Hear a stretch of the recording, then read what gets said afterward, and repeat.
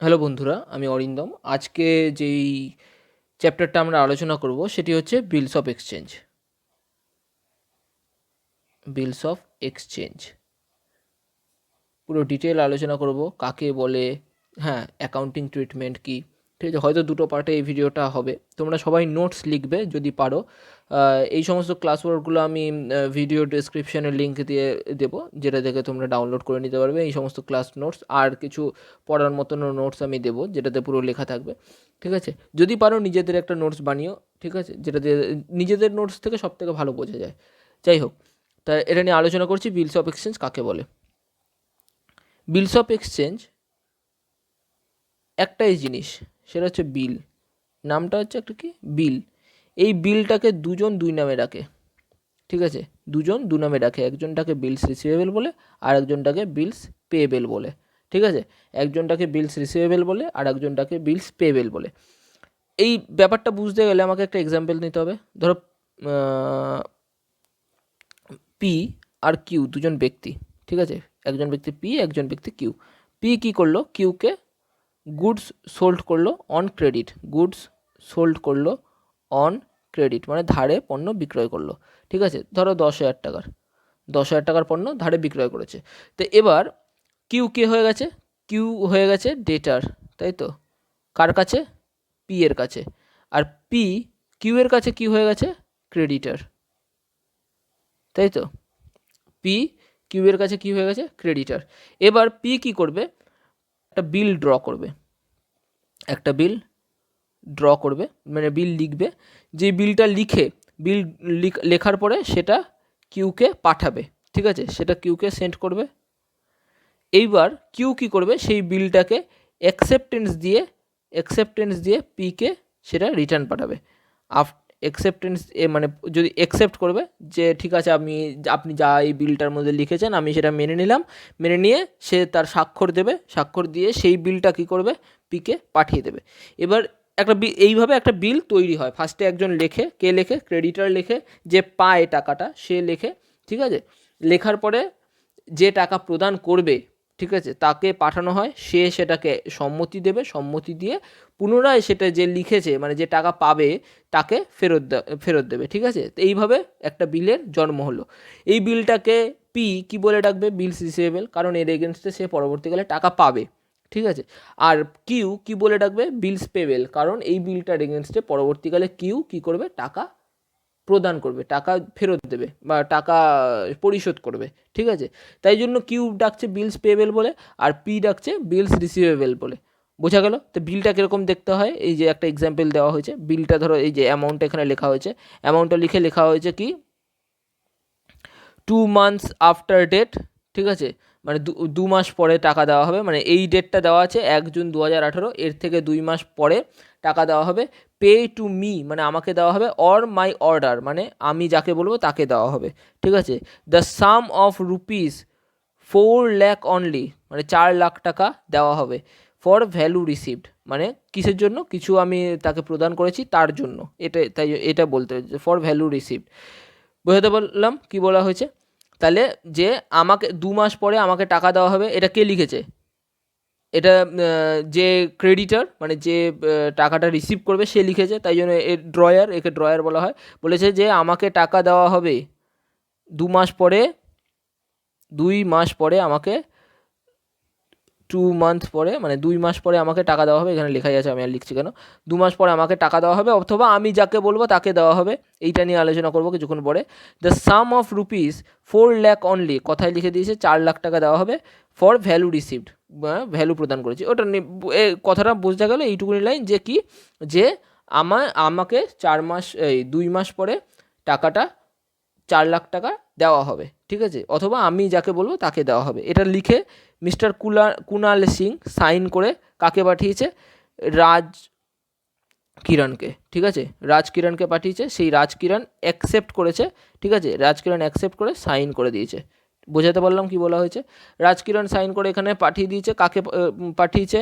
অ্যাকসেপ্টারের কাছে, মানে যে ডেটার। এই যেখানে ডেটারকে যার মধ্যে অ্যাকসেপ্টেড লেখা আছে সে ডেটার। ঠিক আছে, তাই ডেটার কি করেছে, এটাকে অ্যাকসেপ্ট করে আবার পুনরায় কাকে ফেরত দিয়ে দিয়েছে, কুনাল সিংয়ের কাছে। ঠিক আছে, এইভাবে বিল রিসিভেবল এখানে একটা স্ট্যাম্প মারা থাকে। বোঝাতে পারলাম বিল কীরকম দেখতে হয়, বিলে কী লেখা থাকে, বিলে কে কার কার সাইন থাকে। ঠিক আছে, এ হচ্ছে বিলটা পাঠিয়েছিল, এ হচ্ছে ড্রয়ার, এ হচ্ছে ড্রয়ার। ঠিক আছে, আর এ হচ্ছে কি ড্রয়ি, ইনি হচ্ছে ড্রয়ি আর ইনি হচ্ছে ড্রয়ার। ড্রয়ারকে যে বিলটা ড্র করে, কে ড্র করে, যে টাকা পায়। তাহলে এর কাছে সেটা কি বিলস, এই বিলটাই এনার কাছে বিলস রিসিভেবল, এই সেম বিলটাই ইনার কাছে বিলস পেয়েবেল। বোঝাতে পারলাম? ঠিক আছে, ইজি। এইবার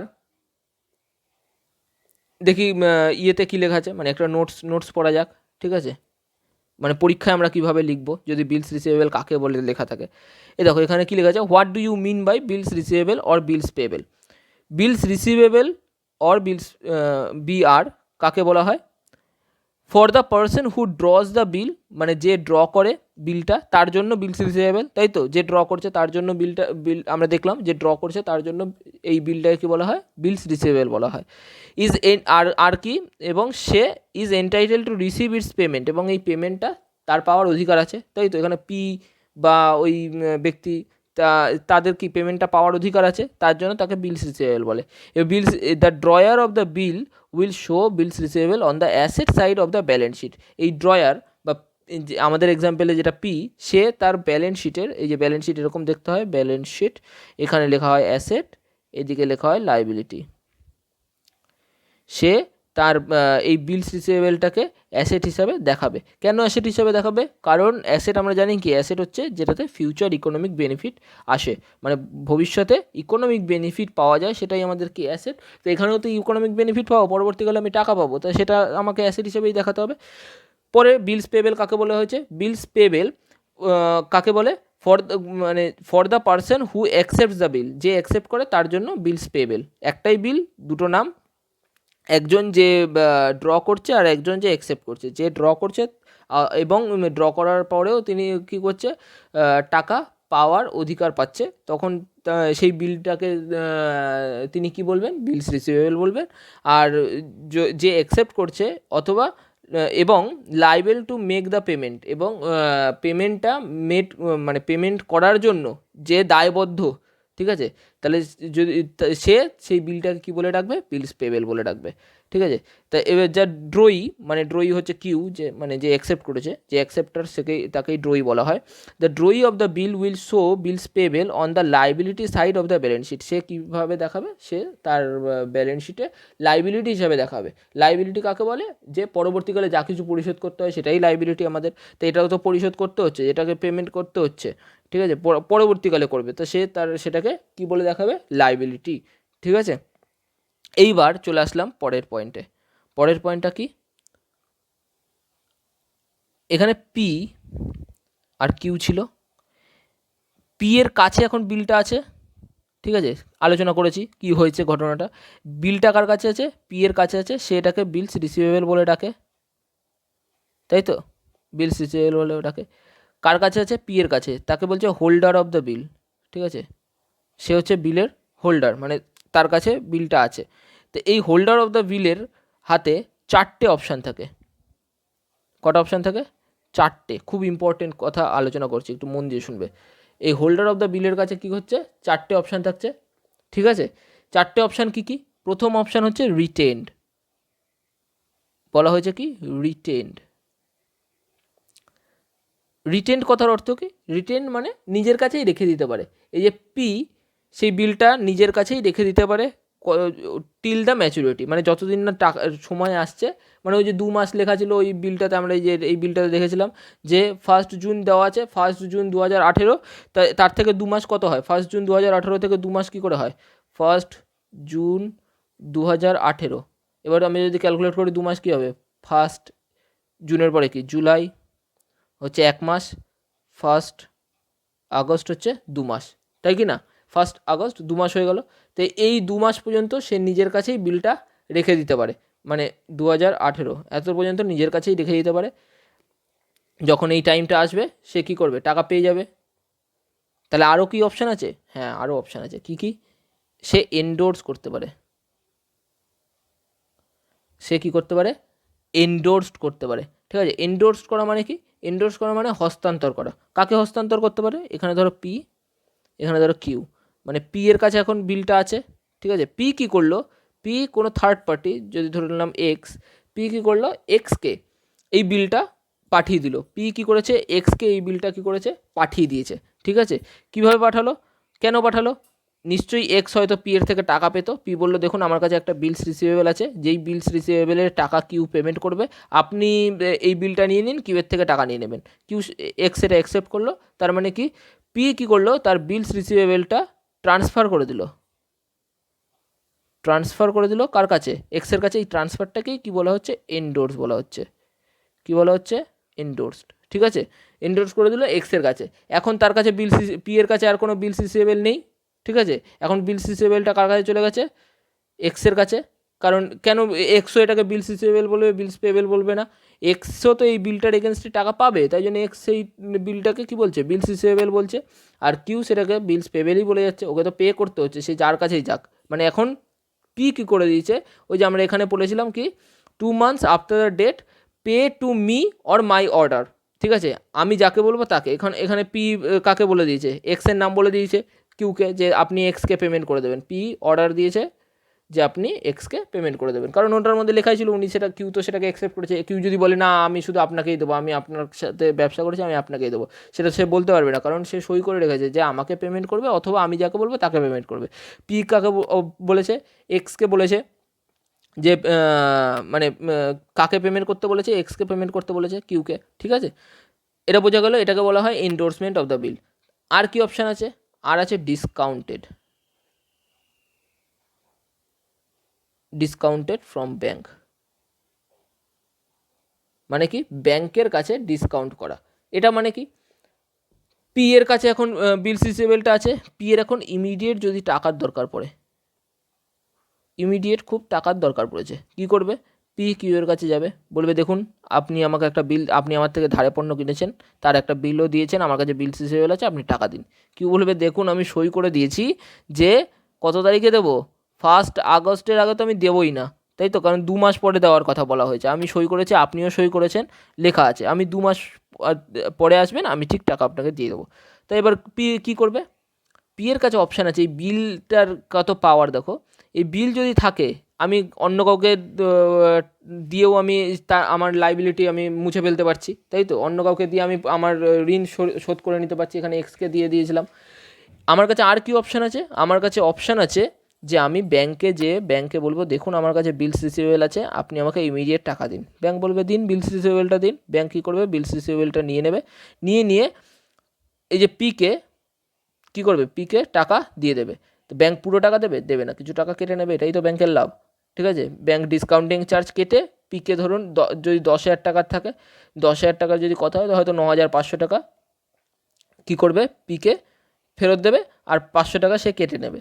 এবার যখন টাইম আসবে তখন ব্যাংক যাবে কার কাছে? কিউয়ের কাছে। পি তো কিউকে অর্ডার দিয়ে দিয়েছে যে আপনি ব্যাংককে পেমেন্ট করে দেবেন, ঠিক আছে, বাই অর্ডার বলে দিয়েছে। ব্যাংক যাবে কিউয়ের কাছে, কিউয়ের থেকে 10,000 টাকা সে নিয়ে নেবে, ঠিক আছে। এতেই কি হলো? এতে সে তার 500 টাকা লাভ হয়ে গেল, 9,500 টাকা দিয়ে 10,000 টাকা পেয়ে গেল, বুঝতে পারলাম। আর পি এর কী লাভ হলো? ইমিডিয়েট সে টাকাটা পেয়ে গেল। এইটাকে বলা হয় কি? ডিসকাউন্টিং ফ্রম দ্য ব্যাঙ্ক বা ডিসকাউন্টেড ফ্রম দ্য ব্যাঙ্ক। আর কি অপশান আছে? আর একটা অপশান আছে Saint for collection. Saint for, ঠিক আছে। এটার মধ্যে কি হচ্ছে?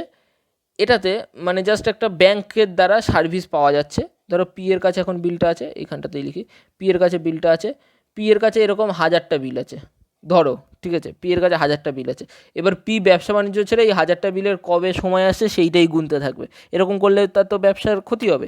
তাই জন্য বড় বড় ব্যবসায়ীরা কী করে? এই সমস্ত বিলগুলো কার কাছে পাঠিয়ে দেয়? সেন্ড করে দেয় কার কাছে? ব্যাংকের কাছে। কিসের জন্য? কালেকশানের জন্য। মানে আপনি আমার হয়ে সময় আসলে টাকাগুলো কালেক্ট করে দেবেন, ঠিক আছে। আগে থেকে টাকা চাইছি না, কিন্তু ইমিডিয়েট টাকা চাইছি না। মানে আমি আপনাকে বিল দিচ্ছি, আপনি আমাকে এক্ষুনি টাকা দিন, ইমিডিয়েট কোনো এখানে গল্প হচ্ছে না। এখানে কিসের গল্প হচ্ছে? বলা হয়েছে যে আপনি সময় হলে মানে টাকাগুলো আপনি লোকের থেকে নেবেন, লোকের থেকে নিয়ে আমাকে সেটা ফেরত পাঠাবেন। তারা একটা ব্যাংক কী করছে, পরিষেবা দিচ্ছে, সার্ভিস দিচ্ছে, এই জন্য জাস্ট একটা সার্ভিস চার্জ নেবে। এটা ওই 500 টাকার মতো অত বেশি হবে না, কিন্তু তুলনামূলক অনেক কম হয়, ঠিক আছে। সার্ভিস চার্জ ব্যাংক সেটার জন্য নেবে, নিয়ে সেটা ব্যাংক কী করবে পরবর্তীকালে যখন ডিউ ডেট আসবে, ডিউ ডেটে ব্যাংক রেসপেক্টিভলি প্রত্যেকটা ডেটারের কাছে যাবে, ডিউ ডেটে কী করবে ব্যাংক ডেটারের কাছে যাবে, ডেটারের কাছে গিয়ে তারা এই ব্যাংক কী করবে, ডেটারের কাছ থেকে পয়সাটা কালেক্ট করে সেটা আবার পিকে ফেরত দিয়ে দেবে, ঠিক আছে। বোঝাতে পারলাম, এটাকেই বলে সেন্ট ফর কালেকশন। এই ভিডিওতে এইটুকুনি থাক, এর পরেরটা নিয়ে আরেকটু পরের ভিডিওতে আলোচনা করছি, বেশি বড় করে বোরিং করে লাভ নেই। এরপরে যেটা নিয়ে আলোচনা করব সেটা হচ্ছে accounting treatment of the bill. Okay, good bye.